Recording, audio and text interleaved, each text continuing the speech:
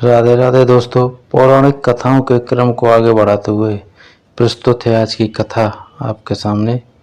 कृपया ध्यान से सुनें और दूसरों को भी बताएं।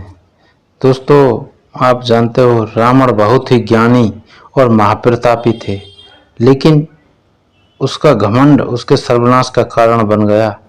रावण केवल श्री राम के हाथों ही नहीं हारा था, बल्कि इससे पहले भी वह 4 बार हार चुका था। जी हाँ, 4 बार, जिसमें एक बार तो उसे पाताल लोक के बच्चों ने ही बंदी बना लिया। जो इस प्रकार की कथा है दोस्तों। रावण ने अपने तप बल से इतनी शक्तियां प्राप्त कर ली कि देवता भी उससे डरते थे। अपनी इन्हीं शक्तियों और तप बल पर घमंड के कारण एक बार रावण पाताल लोक पर अधिकार के विचार से अकेला ही राजा बलि से युद्ध करने चला गया। अपनी शक्तियों के मद में वह यह भूल गया कि पाताल लोक में किसी अन्य व्यक्ति की मायावी शक्तियां काम नहीं करती। जब रावण वहां पहुंचा तो बाहर खेल रहे बच्चे उसे आश्चर्य से देखने लगे, क्योंकि नागलोक का ना होने के कारण एक तो वह उन्हें देखने में अजीब लग रहा था, साथ ही वह राजा बलि को युद्ध के लिए ललकार भी रहा था। ऐसे में बच्चों ने उसे पकड़कर अस्तबल में बांध दिया।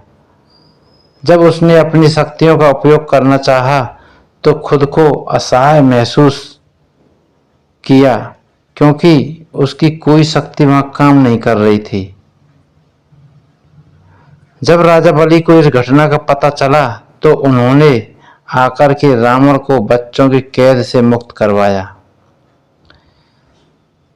एक दूसरी बार परास्त रावण तब हुआ था बाली के हाथों। तो सुनिए वो कथा दोस्तों। किष्किंधा के राजा बाली महाबली थे। उसने अधर्म से अपने भाई का राज्य हड़पा और उसकी पत्नी को बंदी बनाकर भाई को राज्य से निकाल दिया। बाली को वरदान प्राप्त था कि जो भी उसके सामने से आकर युद्ध करेगा उसकी आधी शक्ति उन्हें मिल जाएगी। एक बार जब बाली संध्या पूजन कर रहा था तब रावण अपने पुष्पक विमान से वहां पहुंचा और पीछे से वार करने के इरादे से आगे बढ़ा, लेकिन बाली ने रावण को देख लिया और उसे अपने एक हाथ में दबाकर 4 समुद्रों की परिक्रमा लगा ली। इतना बलशाली था बाली। रावण ने अपने प्राणों की रक्षा के लिए बाली से क्षमा मांगी और उसकी तरफ मित्रता का हाथ बढ़ाया। बाली ने रावण की मित्रता स्वीकार कर ली। एक बार रावण का युद्ध सहस्त्रबाहु से हुआ था दोस्तों, वह भी सुनिए आप। सहस्त्रबाहु अर्जुन का नाम कार्तवीर्य अर्जुन था। अपने तप से गुरु दत्तात्रेय को प्रसन्न कर उसने 1000 भुजाओं का वरदान प्राप्त किया, इसलिए उसका नाम सहस्त्रबाहु पड़ा। एक बार सहस्त्रबाहु नर्मदा नदी में स्नान कर रहा था। रावण भी उसी समय नर्मदा नदी में स्नान कर रहा था। कौतूहलवश उसने अपनी भुजाओं से नर्मदा का जल रोका तो नदी में प्रवाह बंद हो गया। इससे क्रोधित होकर रावण ने सहस्त्रबाहु को कटु वचन कहे। तब उसने रावण को बंदी बना लिया और पुलस्त्य ऋषि के कहने पर सहस्त्रबाहु ने रावण को मुक्त किया। लेकिन रावण कुछ समय बाद अपनी सेना लेकर सहस्त्रबाहु से युद्ध करने पहुंचा।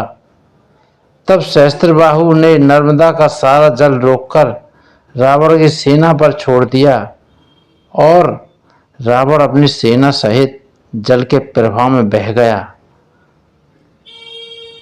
और दोस्तों, एक और कहानी आती है। अपने बल के मद में चूर रावण भगवान शिव से युद्ध करने भी पहुंच गया।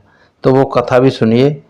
रावण भगवान शिव का अनन्य भक्त था, लेकिन जब इंसान का बुरा समय आता है तो सबसे पहले विवेक उसका साथ छोड़ देता है। ऐसा ही कुछ रावण के साथ हुआ।